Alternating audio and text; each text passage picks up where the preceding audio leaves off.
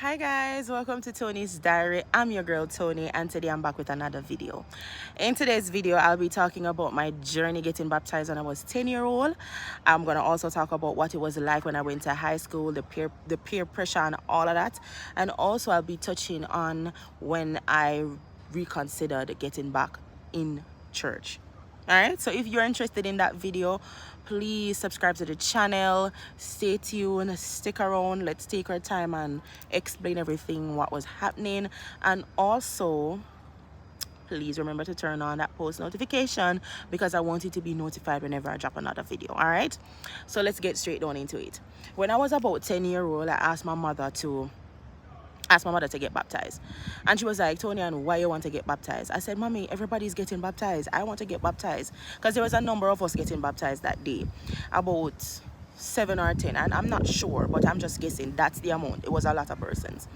And so I really did not want to feel left out somewhat. So I said to her, Mommy, I want to get baptized. She was like, Tonya, no. Me know you. I mean, no say you're not ready for this yet. I mean, now go tell you, say, go ahead and get baptized, because she was a missionary in the church. You understand me? So she don't really want make it look like, so, oh, because she's a Christian, she's going to force her child to get baptized. And also, you know, I had some issues where I never have no manners and all of that. She was like, you're not ready for this.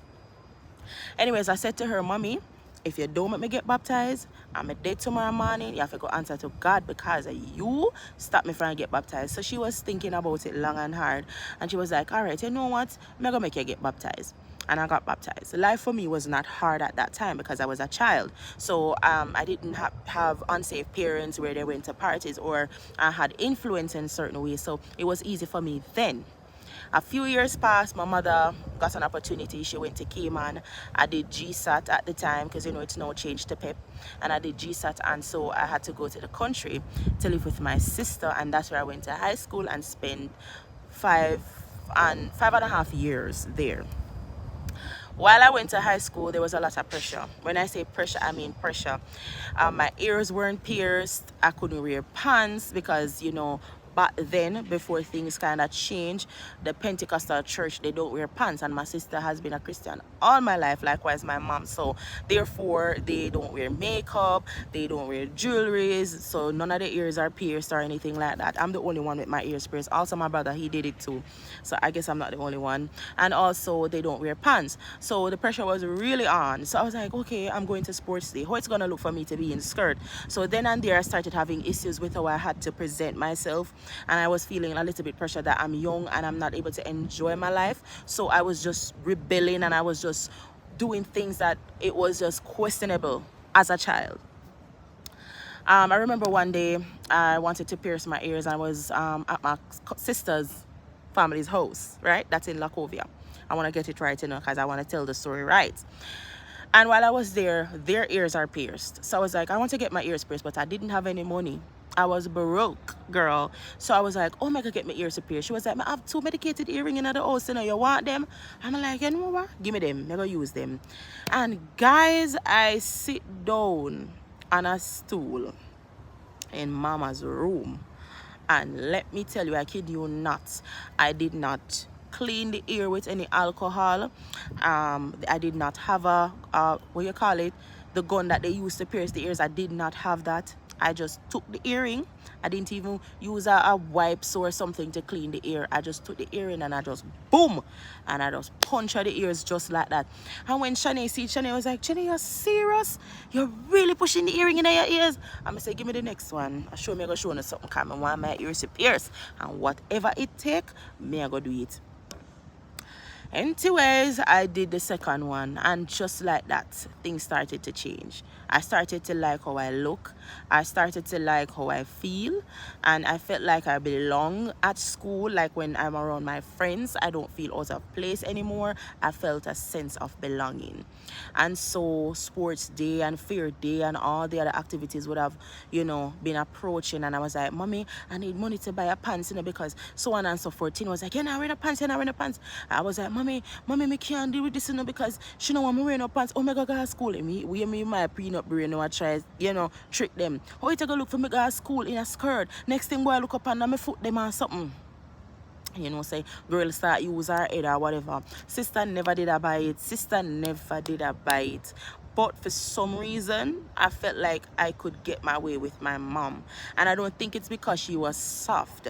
I think it's because, you know, she just wanted me to be happy. She weren't here. She didn't want me to feel out of place. She didn't want me to feel like, oh, you know, I'm not loved. And, you know, my sister was more on the stricter side. So I guess some of the things that she agreed with, it's not for the worst of me. It's just for me to feel like I'm not out of place. Because, you know, everybody have their mother around them. And I don't. I have to be having a relationship with my mother on the phone. So I think most of the decisions that she made was just to better me. Or to make me feel better about myself. That's it. So I went to school and I saved my lunch money because my sister never did. I go make me wear no pants. And where I went to school, there was a market above the school ground. So I went up there and I bought myself a pants, a white pants. My friend and I, we decided that we were going to wear white and, you know, whatever color top. And so I went and I bought the pants. And that's the first time I wore pants right after I got baptized. Guys, I started living my life, you know. It was almost time for me to leave high school now. And so I was just so excited to leave. I didn't even understand that the world that was going to greet me was the beautiful one.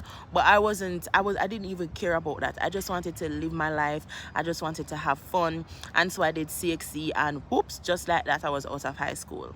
Now that's when the real world began. It was now time for me to experience what the real world was like. I didn't have a work, I didn't have a job, so that was not easy. I was home one day with my sister friend. So she's my sister. She's a friend, but she's now a sister because she's more than a friend. And we were talking, and she was like, you know, I want to go to college. And I was like, I want to go to college too, but I don't have the requirements that they are asking for. So I really don't know how I'm going to go about that. And we were looking, and we made a few calls to Montego Bay Community College, and we were just trying a lot of stuff. While she got accepted, I wasn't, because I didn't have maths and some other requirements that they had on the paper. So I wasn't able to go to the college. And to this day it hurts. But we're moving right along, because sometimes some things have to fall out of place for some things to fall into place. Thereon, I heard about Rising Stars, and so I decided that, oh, I have to join that. I was home one day and my cousin came to me and he was like, I'm gonna go to Rising Stars audition. Do you want to come? I was like, I mean, yeah, I would, you know. And we practiced some songs and we went to Clarendon. And while we were there in Clarendon, I was still iffy. I was like, should I? I mean, I don't even know if I should. But then I built up the courage. I was like, I'm already here, so let's try. Nothing done. And I went and I sang Many Rivers to Cross by Jimmy Cliff, and I got in. Thanks be to God. I was super excited. I was like, oh my gosh, this is a dream come true. I don't know what to do with myself. I was super excited about the opportunity.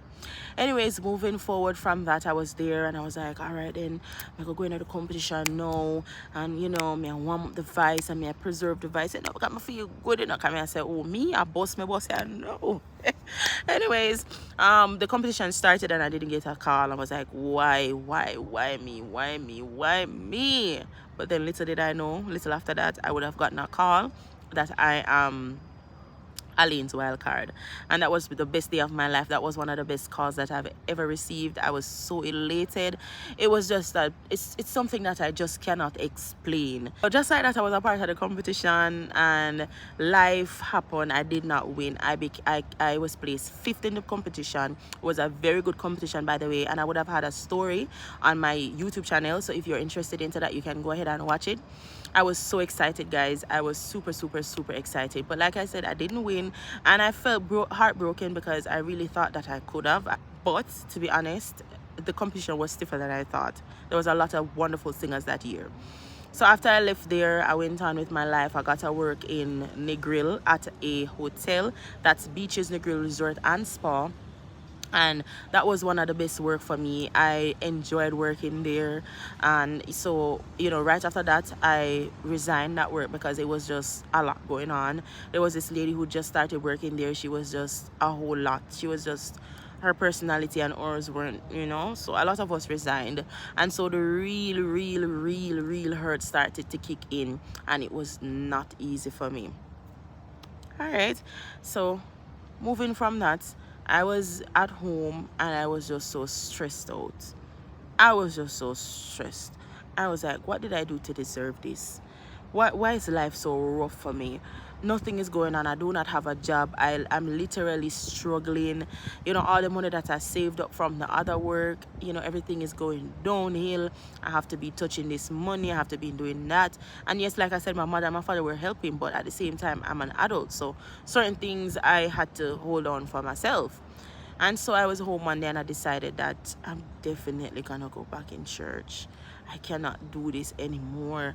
I just cannot. And I went to Spanish Town where my cousin lives, and I was telling her that I really wanted to, you know, get back to that place. You know, I really wanted to come back into church, but I just don't feel like I could stay in St. Elizabeth and get that done. So she was like, all right then, Chini, I think you should stay. And that's what I did. And right after that, I got baptized.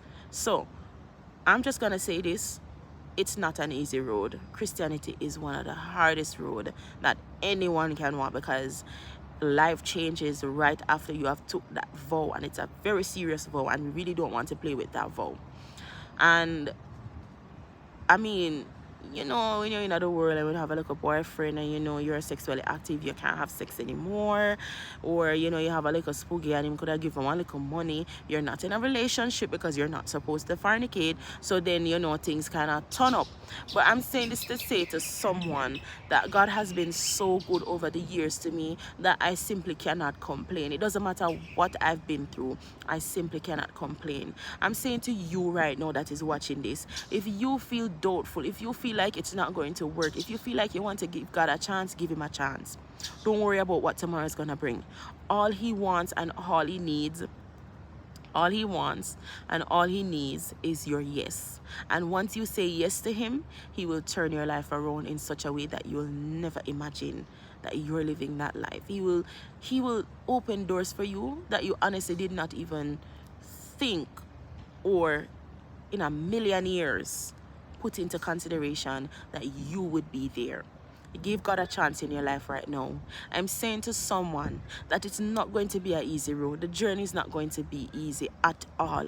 But as long as you trust God and as long as you give God that opportunity, I'm telling you, he can move mountains in your life. My journey was not easy. Yes, I grew up in the church with my mom, but then guess what? I had to take a turn. Things had to happen, and you know, I don't regret anything at all, because if I did not experience what life was like, because you know I grew up in the church like I said, so I couldn't do much. So when I got older, I started doing things. And why I say I don't regret all of these things, guys, is because they make me who I am now. And for that reason, I will never backslide again. It doesn't matter what I've done, and it doesn't matter how far I've gone, I will never leave the foot of God's cross. I will never leave the foot of God's cross, because I understand that there's nothing in this world. Yes, it's pretty out there, but then there's a saying that says not everything that glitters is gold. And so greater love and happiness is in Christ. And if you can just deny yourself of the world and the things of this world, there's so many other opportunities that awaits you in Christianity. Yes, you're gonna get rubbed out. Yes, the test and the trial, them are gonna come. But if you just humble yourself and seek God, everything will work out for good for them that loves the Lord. Romans 8 verses 28. God bless you. Thank you so much for watching. I know this might not be a long video, but I enjoyed making this video, and I hope that someone can be blessed, and I hope that someone will look into themselves today and say, God, I'm saying yes. I'm saying yes even though I don't know how I'm going to do this. I'm saying yes even though I don't understand where you're going to take me from now. But yes is the answer, and as long as you give him your yes, he's going to take you and change you. You'll never believe what he's going to do in your life. So if you have made it to the end of this video, thank you so much for watching. Don't forget to like, share, and subscribe, and again, turn that post notification on so that you can be notified whenever I post another video. Thank you so much for watching. It means a lot to me. Stay tuned for another video. Bye, guys.